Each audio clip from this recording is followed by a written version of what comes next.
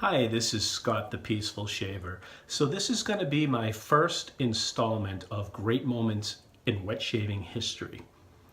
This is going to be the story of Henry and John, a true story about how wet shaving indirectly was the catalyst for a great moment in world history, and in this case, literature. But first, before I get to the story, I am going to be using from the Barrister Man Lather line lavender. And I have my puck blooming. And all I did was run some hot water over the top and let it sit there while I showered. Meanwhile, I've been soaking my brush. And this water that's sitting on here is great for a pre-shave. Don't waste it. Just pour some of it in your hand and put some on your face, and it just will add that extra layer of conditioning and slickness. I mean, it's already there. Why waste it? Why pour it out? My brush, which has been soaking, because it is a natural hair brush, you need to soak your natural hair brushes, whether they be Badger, Horse, or Boar. And in this case, it's Boar, is my Semogue 610. It's one of my favorite face lathering brushes. And I just had it soaking in my salsa bowl. So I'm going to shake out most of the water. And I'm just going to start loading. And Barrister Man doesn't need a lot of time to load. And the Semogue brushes, they really, particularly the Boar brushes, where they're a little bit more stiff than a synthetic or than a Badger, really digs into the soap and really gets itself a good load in no time at all. And Barrister Man just makes a phenomenal product. And this lather line is their budget luxury line, is their budget line of soap, and it's phenomenal. I'm not sure if the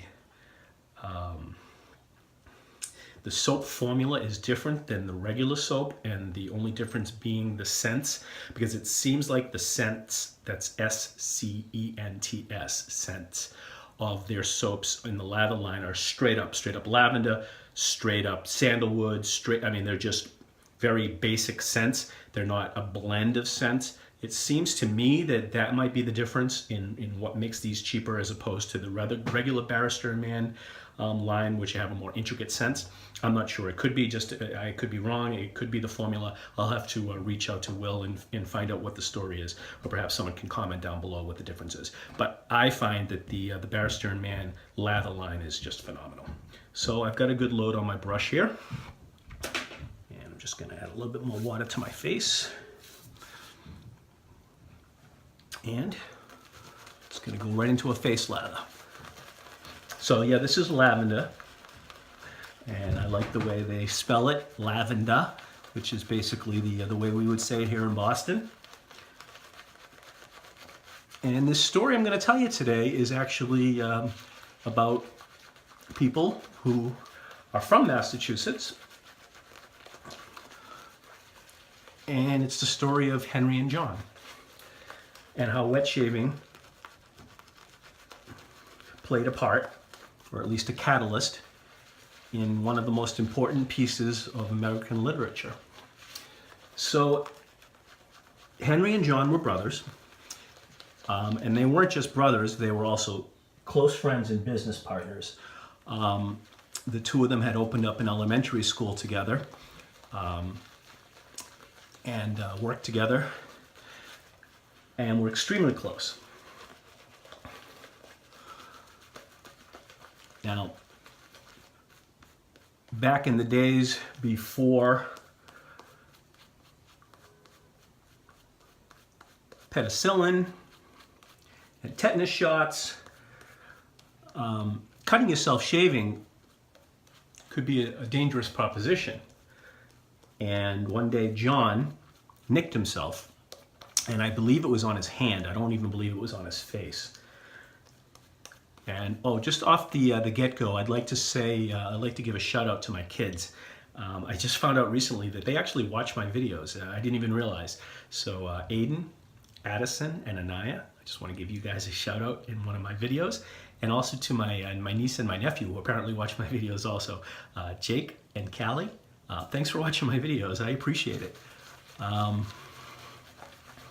don't know if you watch them just to goof on them or if you actually enjoy them, but I'll take a viewer no matter what. So one day, John nicked himself shaving, and I believe he just cut himself on his hand. And it turned septic. He ended up with tetanus. And tetanus leads to lockjaw, which is an extremely painful, agonizing way to die, and he did die. And David, or Henry, I might have just given some of it away. Henry was deeply, deeply saddened and fell into a deep depression because of this. So I'm going to be using, for my razor, I'm going to be using this $7 Rapira Platinum Luxe razor from Russia. It's $7 including shipping from Russia. I got it within a week. And I've been using these cheap razors lately to figure, to see if I can get a good shave with a cheap razor. And so far I have. So far I have found that technique trumps the actual products. If you give yourself a good technique, if you use proper shaving technique, you prep your beard properly, and you use no pressure and you use proper technique, that you can get a good shave almost at anything. So this is my $7 Rapira, which I'm going to open up right now. It's in this blister pack.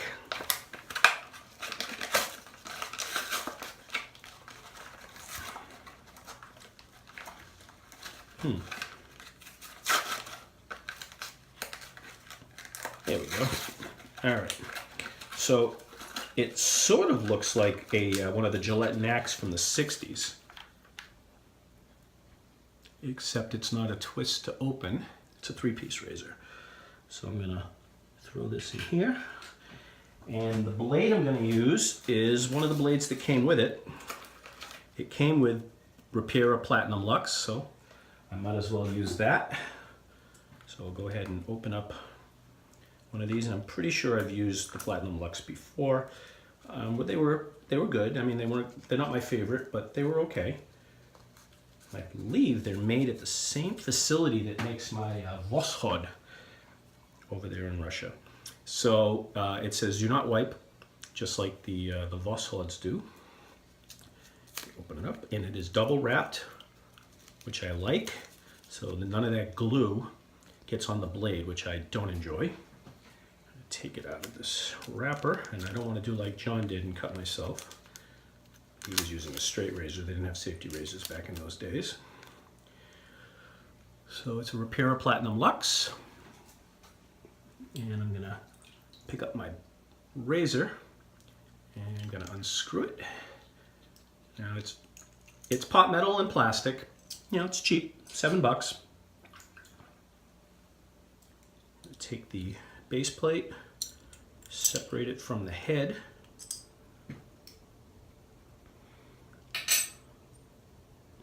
Take my blade,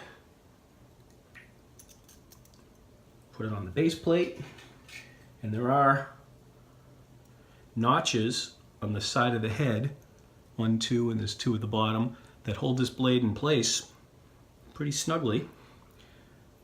Put the base plate back on it.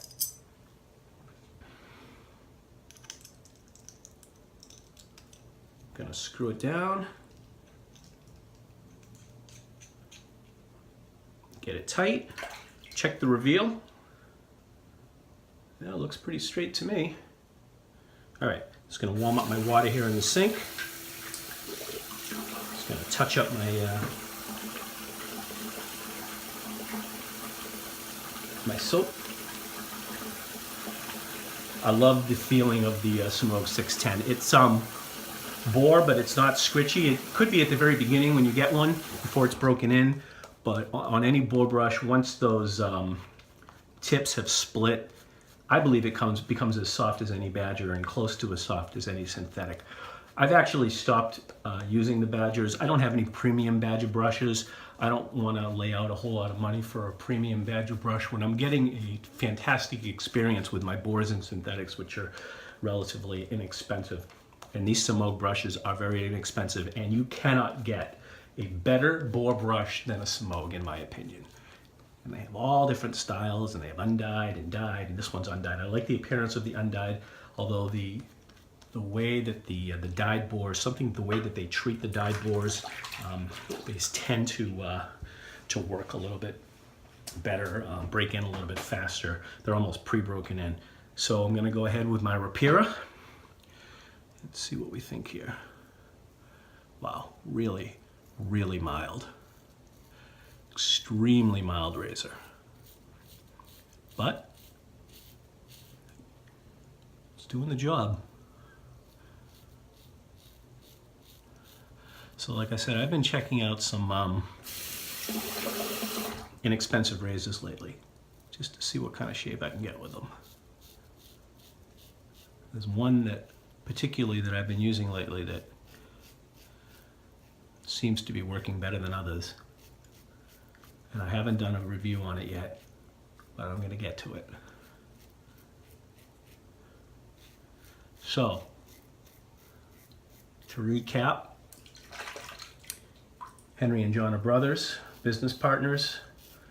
John passes away due to a cut that he sustained while shaving, which he ended up with, God, I can never think of the words, tetanus. And Henry falls into a deep depression. Henry stops writing into his journals, something which he did on a daily basis. He doesn't go out in public anymore and socialize with the people of the day. And his friends become worried about him. And his friend Ellery suggests that it might be good for Henry if he finds some solitude and goes away for a little while to collect his thoughts and perhaps live off the land and live deliberately, as Henry might say, and did say.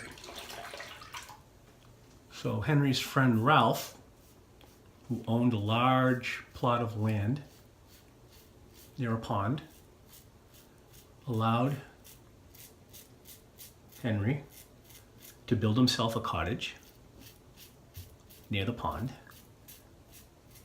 in the woods so that Henry might take to the land, and he did.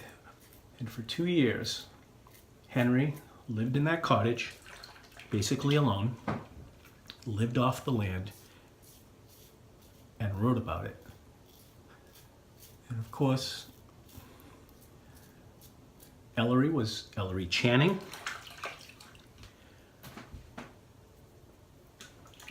The pond was Walden Pond in Concord, Massachusetts. And Henry, well, Ralph was Ralph Waldo Emerson, and Henry was Henry David Thoreau. And we ended up with Walden, which is one of the greatest pieces of American literature in American history. And basically, the catalyst for it was shaving. A shaving mishap. But as a great man once said, now you know the rest of the story. So I'm going to finish up my shave, do a couple more passes.